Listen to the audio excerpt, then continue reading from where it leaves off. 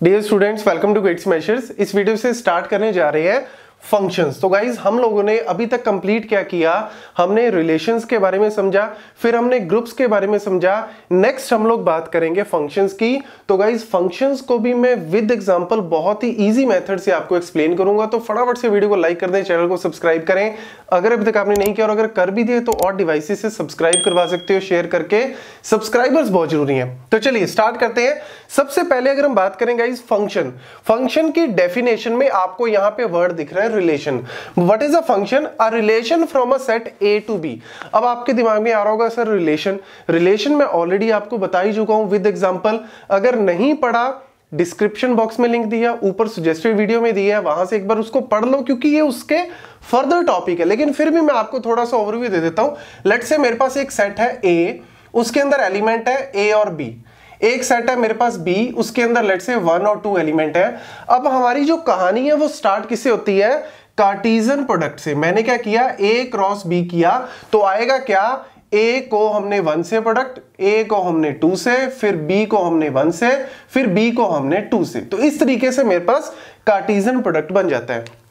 अब रिलेशन क्या कहता है कि आप इस कार्टेशियन प्रोडक्ट में, इसको क्या बोलते हैं, पेयर्स, ऑर्डर्ड पेयर्स बोलते हैं। आप कोई भी उठा लो, सारों को उठा लो, एक को उठा लो, दो को उठा लो, कोई भी उठा लो, वो आपका क्या बनता है, रिलेशन बनता है। तो इसका कोई भी आप सबसेट उठा लो, that will be the relation. अब नेक्स्ट कहानी जो है ये आपने ऑलरेडी पढ़ा हुआ है। नेक्स्ट कहानी क्या कहती है, फंक्शंस। फंक्शंस में हम लोग एक पॉइंट एक्स्ट्रा बात करते हैं, एक या दो कैरेक्टरिस्टिक एक्स्ट्रा बात करते हैं, बाकी की कहानी यही है। मतलब अभी भी ऐसे ही उठाना है, ऐसे ही पेयर बनेंगे, लेकिन यहां पे एक्स्ट्रा जो चीज है वो पढ़ लो। A relation from a set A to B is called a function if to each element A, मतलब ए के हर एक एलिमेंट के लिए we can assign unique element of B. मतलब एक ए सेट है वही वाला, एक बी सेट है, हर एक ए के एलिमेंट के लिए बड़ा ध्यान से देखना है, ए वाला जो लेफ्ट वाला सेट है उसके हर एक एलिमेंट के लिए कम से कम एक, और आप कह सकते हो मैक्सिमम एक असाइनमेंट ही होनी चाहिए बी के अंदर। तो ये देखो, थोड़ा सा मैं आपको एग्जांपल से बता देता हूं। यही वाला एग्जांपल ले लो। लेट्स से मेरे पास एक सेट है ए जिसके अंदर ए और बी एलिमेंट है, यही वाला ले लिया मैंने। एक मेरे पास है बी जिसके अंदर 1 और 2 एलिमेंट है। अब हमने क्या करना है, मैपिंग करनी है। मैपिंग में वो क्या कह रहा है, we can assign unique element of B. ठीक है ना? तो एटलीस्ट या एट मोस्ट कहने की बजाय आप सिंपल बोलो कि इस एक एलिमेंट के लिए एक असाइनमेंट होनी जरूरी है। मतलब आप इस ए के लिए लेट्स से मैप कर देते हो ये 1, इस बी के लिए मैप कर देते हो ये 2। तो देखो इसके लिए असाइनमेंट मिल गई, इसके लिए मैपिंग हो गई। तो यानी ये क्या बन गया, आपका फंक्शन बन गया। ठीक है? तो इसको आप किस तरीके से डिनोट कर सकते हो, A1 B2। ठीक है? ये आपका एक फंक्शन बन गया। आपके दिमाग में आ रहा होगा सर अगर हम ऐसे कर दें जैसे A B यहां पे 1 और 2, क्या हम ऐसे कर सकते हैं, A को हमने 2 पे असाइन कर दिया, B को कोई दिक्कत ही नहीं है, ये भी कोई प्रॉब्लम नहीं है।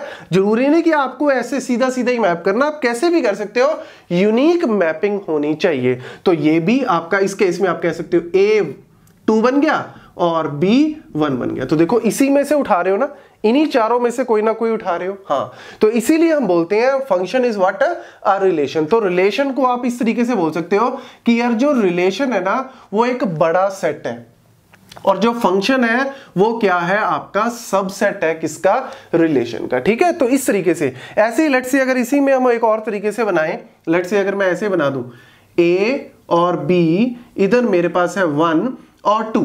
लेट्स से अगर मैं इस तरीके से बना दूं, A को मैंने 1 के साथ असाइन कर दिया, इसको हम इमेज भी बोल देते हैं, इमेज मतलब A की इमेज 1 के साथ, B की इमेज लेट्स से मैंने बना दी 1 के साथ। A को भी मैंने 1 के साथ मैप कर दिया, B को भी मैंने 1 के साथ मैप कर दिया। अब आपके दिमाग में आ रहा होगा सर कि क्या ये फंक्शन है?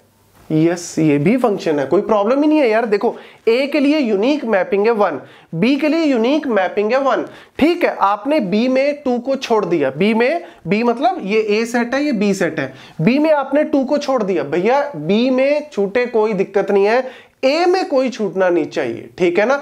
ए में कोई भी ऐसा ना हो कि यहाँ पे कोई सी एलिमेंट और उसके लिए आपने कोई असाइन नहीं किया या मैप नहीं किया, नहीं, ऐसा नहीं होना चाहिए। जैसे अगर मैं ऐसे बना दूं ए और बी, इधर मैं बना दूं 1 और 2, तो आपने लेट से ए के लिए मैप कर दिया 1 और बी के लिए कोई भी मैपिंग आपने नहीं की, तो ये जो है वो फंक्शन आपका नहीं बनेगा, ये आपका फंक्शन ही बनेगा क्योंकि आपने यहाँ पे बी को छोड़ दिया। यहां पे छोड़ सकते हो, यहां कोई भी एलिमेंट नहीं छूटना चाहिए, ये बड़ा इंपॉर्टेंट पॉइंट है।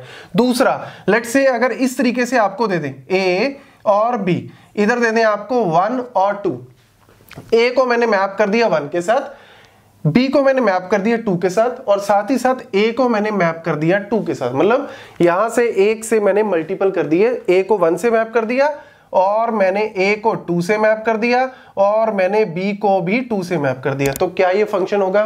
फिर गलत। कैसे? यूनिक। क्या था? यूनिक। मतलब ए को आपने 1 से मैप कर दिया या 2 से, किसी भी एक से मैप करना है, मल्टीपल मैपिंग नहीं होनी चाहिए, तो ये भी आपका फंक्शन जो है वो नहीं बनेगा। तो ये सिंपल सी कहानी है किसकी? आपकी फंक्शन की। अब नेक्स्ट अगर हम बात करें, कई बार थ्योरेटिकल में पूछ लेते हैं आपसे, जो ये वाला हमारा है ना ए वाला सेट, इसको हम बोल देते हैं डोमेन। इसको क्या बोल देते हैं? डोमेन। और इसको बोलते हैं हम कोडोमेन। क्या बोलते हैं इसको? कोडोमेन। इसके अलावा एक छोटा सा पॉइंट है यहाँ पे, रेंज वाला। आपसे पूछ लेते हैं what is the range in this function. Range का मतलब क्या होता है? रेंज हमेशा याद रखना आपको बी वाले सेट से, मतलब राइट हैंड वाले सेट से उठानी होती है। रेंज इसके अंदर क्या बनेगी? वो सारे एलिमेंट जो पार्टिसिपेट कर रहे हैं, वो सारे एलिमेंट जो पार्टिसिपेट कर रहे हैं, क्योंकि बी, अब देखो ए के अंदर तो ऐसा बनेगा ही ना, क्योंकि ए के तो अंदर हम कह रहे हैं कि सारे ही पार्टिसिपेट करने चाहिए, लेकिन बी के अंदर तो आपके पास कोई ऐसी कंडीशन नहीं है, तो बी के अंदर कर भी सकते हैं। जैसे इसके अंदर दोनों कर रहे हैं, तो रेंज क्या बनेगी? 1 2, ठीक है। इसके अंदर देखो दोनों कर रहे हैं 1 2, इसके अंदर देखो 1 अकेला कर रहा है, 2 नहीं कर रहा, तो रेंज क्या बनेगी? 1 ओनली, ठीक है ना। तो इसलिए आपको ए में तो रेंज पूछेंगे नहीं, ए में तो अगर फंक्शन है तो ऑब्वियसली सारे ही पार्टिसिपेट करेंगे। बी के अंदर आप कह सकते हो कि इसमें जो देखो आपको 1 है, इसके अंदर ये तो चलो फंक्शन ही नहीं है, तो इसके अंदर तो आपको पूछने की जरूरत ही नहीं है। तो ये इस तरीके से हम रेंज जो है वो डिफाइन कर देते हैं। इसलिए कई बार बोलते हैं जो रेंज है वो सबसेट है किसका?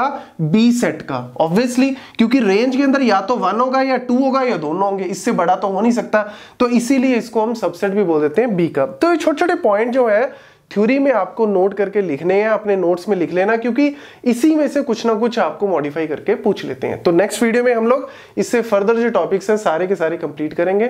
Thank you.